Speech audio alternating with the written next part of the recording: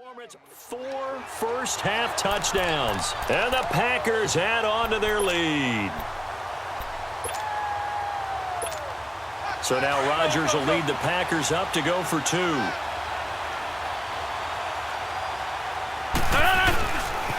Now a toss coming right side. That's Montgomery, and he will dive into the end zone, and the 2-point conversion is successful. Only had a couple of yards to gain there on the 2-point conversion, and they were able to do it. And how many teams shy away from running the football in the 2-point conversion? They treat 2 yards as if it were 20. If you're a good team running the ball, go to your strength. Go ahead and push it into the end zone. Yeah, they did. It worked.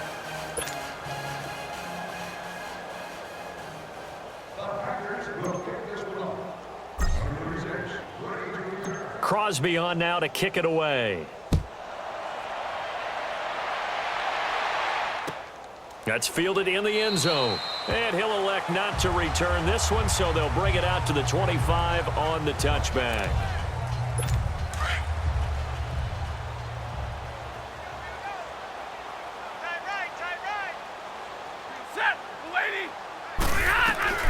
On 1st and 10, Stafford. Out to the flat for Reddick. And he will lose yardage here back at the 23-yard line. Now before this second down play, we'll get whistles and a timeout as they get the stoppage with a little over 50 seconds to go in the first half.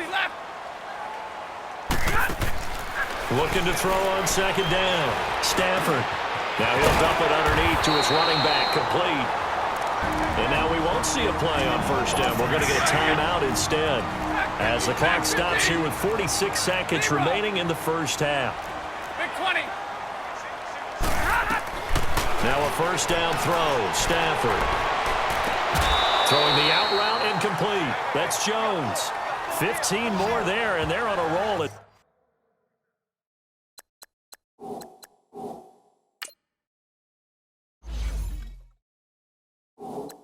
It's another first down. All that practice time came to fruition on that play. All those timing routes that they work on through training camp, OTAs, mini camp, and just regular season. They got it done on that one. An out cut, ball was delivered, and picked up the completion. Stafford now 10 of 17 throwing the ball. He's got a 1st and 10. Play faked Abdullah. It's Stafford. Oh, he dropped it. And that's pretty indicative of the way this one's gone. Some of the fans here don't seem too happy about what we've seen in this first half. No, not at all, and I understand why. They've looked lethargic, out of sync, and it shows on the scoreboard.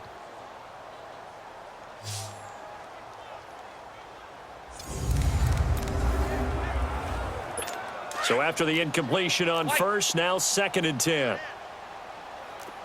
Jumbo! Hey, I need one! Set! 180! Throwing again. Stafford toward the center of the field, but it's incomplete. The tight end, Luke Wilson, was the target. And that'll make it 3rd down. It's been my observation there's been a nice variety of play calling defensively. You and I often talk about an offense's ability to keep a defense off balance with what they're doing. I think the converse has been true in this game. Yeah, I think you're right. They seem to have gone off tendency quite a bit, but only the second quarter. A lot of time to change things. Now yet another incompletion here as they fail to connect on 3rd. Sometimes it's just not your day. Here's another failure right there on 3rd down. On 4th down, here's Sam Martin on to kick it away. Back deep is Trevor Davis.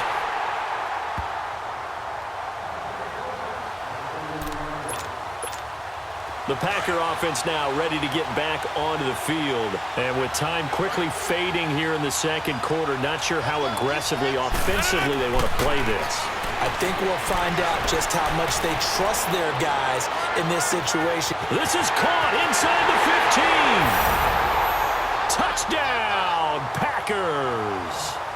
Aaron Rodgers on fire, his 5th touchdown pass of the ball game. And the Packers continue to roll. I heard a coach talk about those late-in-the-half scores, especially ones that give your team a pretty decent cushion. He said those could be the ones that could finish off a squad if you let them. Yeah, they've got the cushion. This half has been theirs.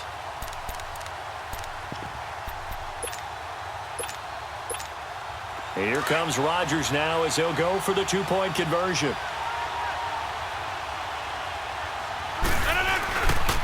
Now a toss coming right side.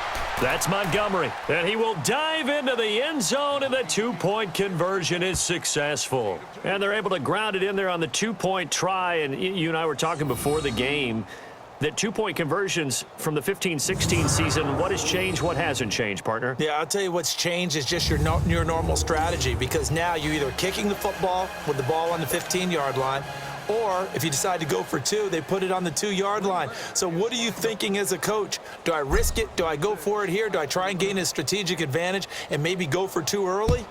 That's what people are wondering about. That'll be taken in the end zone. And not wanting to risk anything here late in the half, he'll just take a knee, and they'll bring the football out to the 25. And just 18 seconds remain till halftime as they come up on 1st and 10.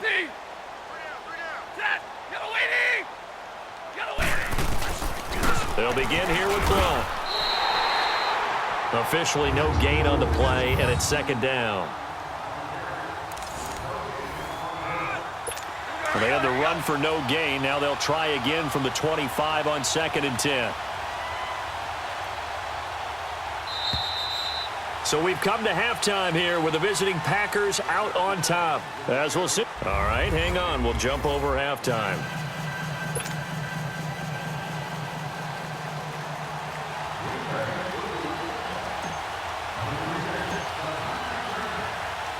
Both teams appear ready for the fight ahead, and we resume action here in quarter number 3. That's fielded in the end zone. And a couple yards deep, he'll go to a knee. He won't return it. And they'll take it out to the 25.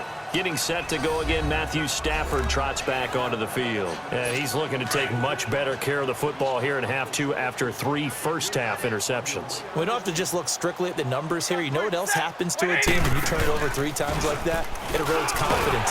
Blitz coming, and down he goes. Clay Matthews coming hard on the blitz. He dumps him for a loss of 8. Brandon, if I'm an offensive coordinator and I see an all-out rush like that, I file it away, because I'm going to use their aggressiveness against them as this game goes on. I'm going to hit them with a screen soon.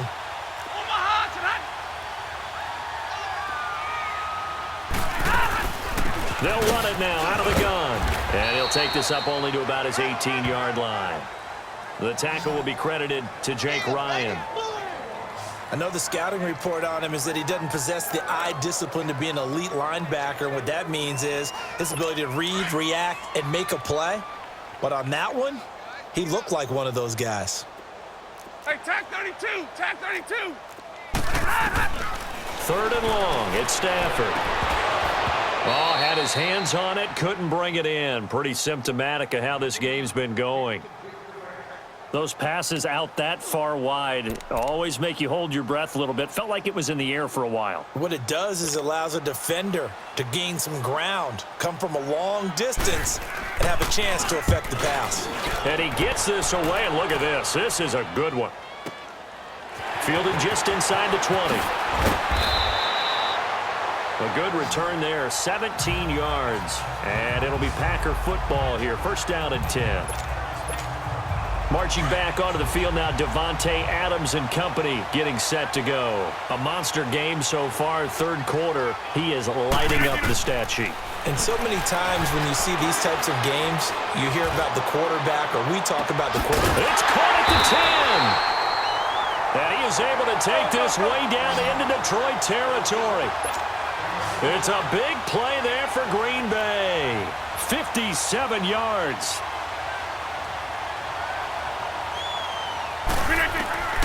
Rodgers now to throw. Flush to his right. And the Packers are in for the score. Well, that was a quick hitter drive. They had the huge play to get him down near the goal line, and then they run it in. I don't know that the defense ever had a chance to catch their breath. A lot of the time now when we see people hit big plays, and each team defines a big play their own way, 10, 15-yard gains. In this case, it was a